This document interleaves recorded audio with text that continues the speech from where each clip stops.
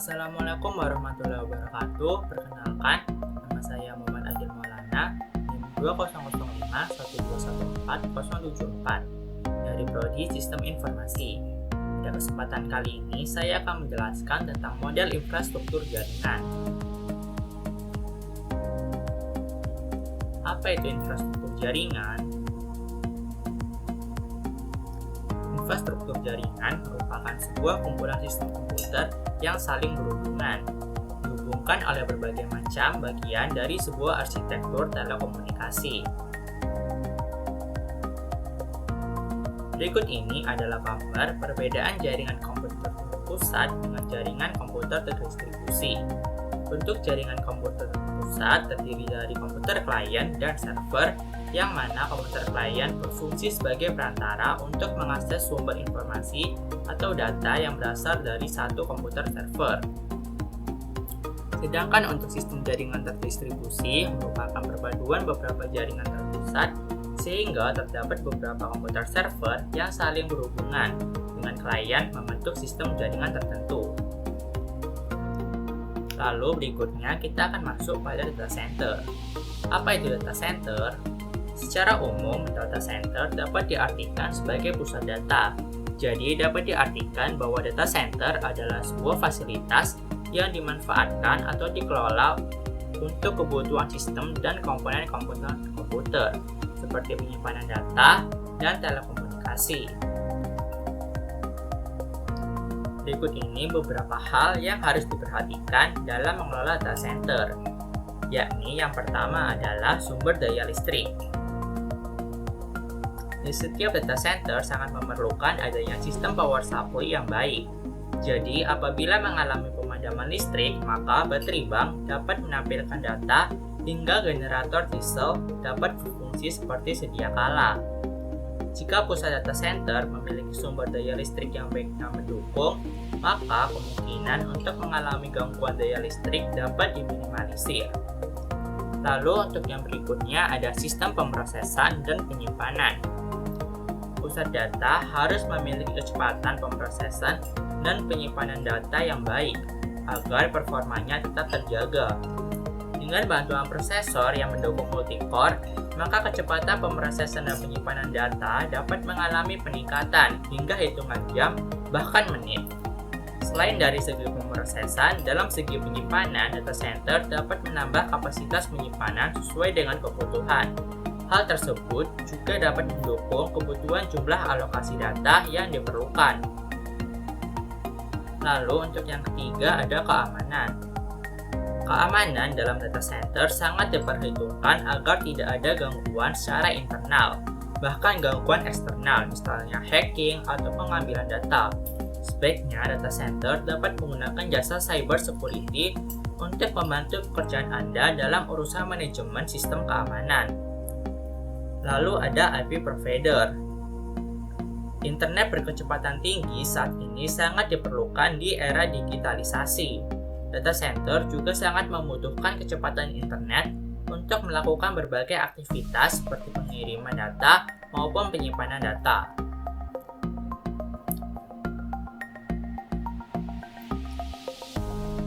Topologi jaringan. Topologi jaringan memiliki beberapa macam. Di antaranya yang pertama adalah topologi bus. Topologi ini adalah topologi yang pertama kali digunakan untuk menghubungkan komputer. Dalam topologi ini, masing-masing komputer akan terhubung ke satu kabel panjang dengan beberapa terminal. Dan pada akhir dari kabel harus diakhiri dengan satu terminator. Topologi ini sudah sangat jarang digunakan di dalam membangun jaringan komputer biasa karena memiliki beberapa kekurangan, di antaranya kemungkinan terjadinya tabrakan aliran data. Jika salah satu perangkat putus atau terjadi kerusakan pada satu bagian komputer, maka jaringan langsung tidak akan berfungsi sebelum kerusakan tersebut diatasi. Lalu ada topologi ring.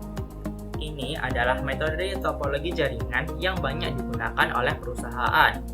Sesuai dengan namanya, metode ini menghubungkan antar komputer dengan cara membentuk rangkaian seperti sebuah lingkaran. Untuk membuat jaringan berbentuk lingkaran tertutup seperti sebuah cincin, setiap komputer perlu dihubungkan secara seri satu sama lain. Sistem topologi jaringan berbentuk ring dibuat untuk bisa saling berinteraksi dalam keadaan dekat ataupun jauh. Ciri khusus topologi ring adalah menggunakan kabel tipe UTP dan patch kabel membentuk jaringan menyerupai lingkaran sederhana yang terdiri dari beberapa node disusun secara seri.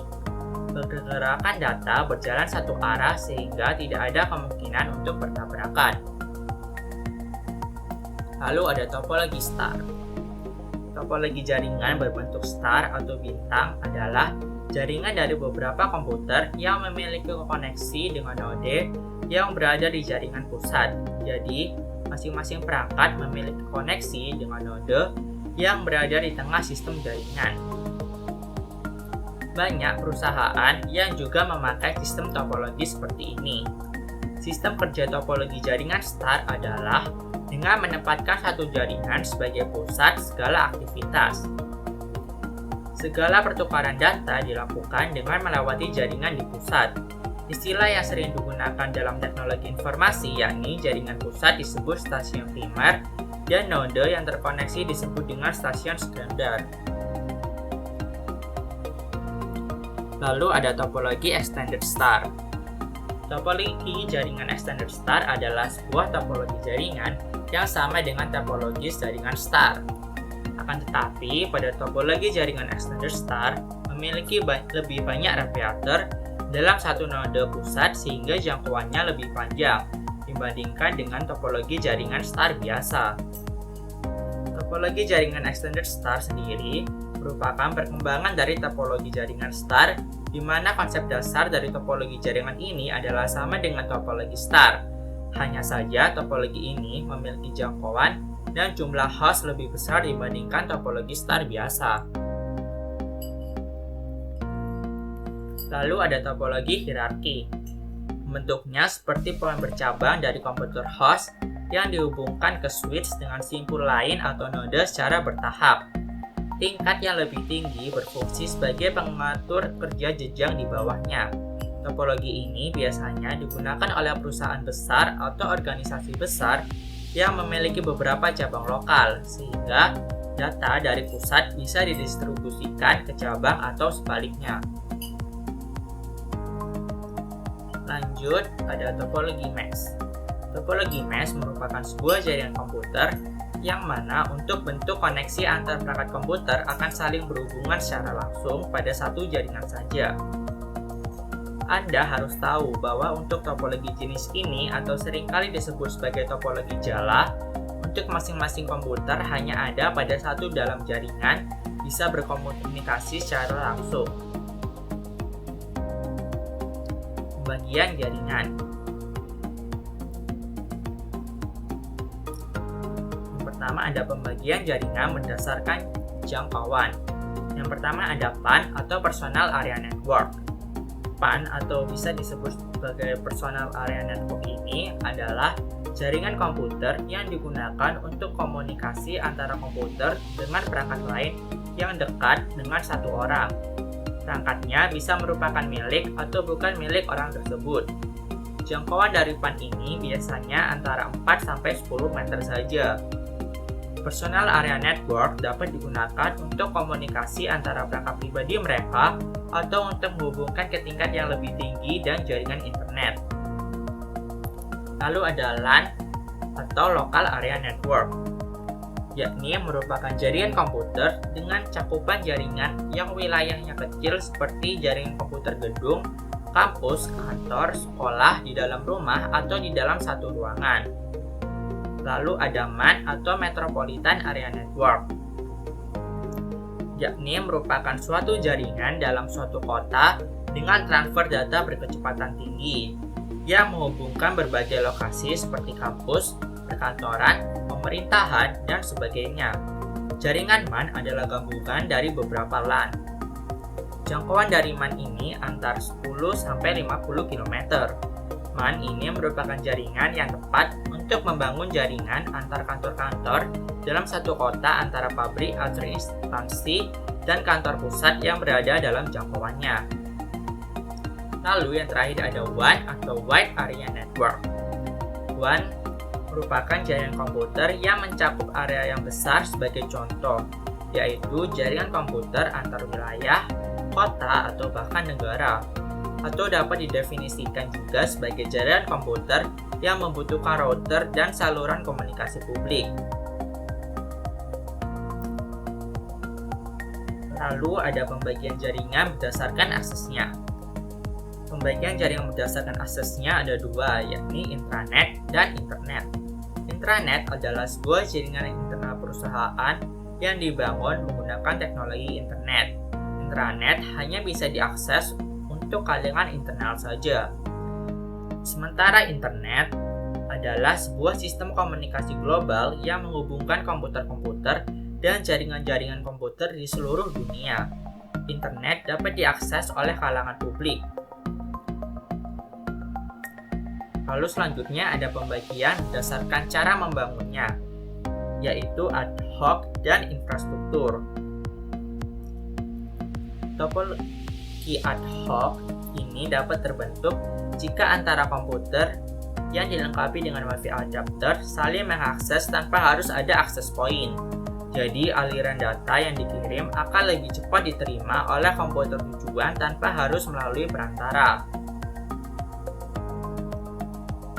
Sedangkan untuk topologi infrastruktur ini yakni satu buah topologi di mana hubungan tiap-tiap WiFi client terpusat kepada suatu piranti access point. Jadi seluruh koneksi antara WiFi client haruslah melalui access point. Lalu berikutnya yaitu pembagian jaringan berdasarkan penggunaan kabel, yakni ada wired network dan wireless network. Wired network adalah suatu media transmisi data yang digunakan dalam jaringan ini berupa kabel. Kabel tersebut digunakan untuk menghubungkan satu komputer dengan komputer lainnya untuk bisa saling bertukar informasi atau data yang terhubung dalam suatu internet. Salah satu media transmisi yang digunakan dalam wired network ini adalah kabel UTP. Sedangkan untuk wireless network adalah suatu media transmisi data jaringan yang tidak menggunakan sebuah kabel. Jaringan ini tanpa kabel, tapi dalam jaringan ini diperlukan gelombang elektromagnetik sebagai media transmisi datanya. Lalu yang terakhir ada pembagian jaringan berdasarkan siarannya, yakni unicast, multicast, dan juga broadcast. Unicast adalah metode pengiriman pada IPv4 yang konsepnya adalah point-to-point atau one-to-one. Jadi, paket yang dikirim hanya akan diterima oleh satu host saja. Lalu multicast adalah metode pengiriman pada IPv4 yang memiliki konsep one-to-many. Broadcast adalah salah satu metode pengiriman di IPv4 yang memiliki konsep one-to-everyone. Merupakan alamat IPv4 yang didesain agar diproses oleh semua host dalam jaringan yang sama. Jika ada satu host yang mengirim paket secara broadcast, maka setiap host yang aktif di segmen jaringan yang sama akan memprosesnya. Ya, itu tadi adalah penjelasan singkat tentang infrastruktur jaringan. Terima kasih telah menonton sampai akhir. Wassalamualaikum warahmatullahi wabarakatuh.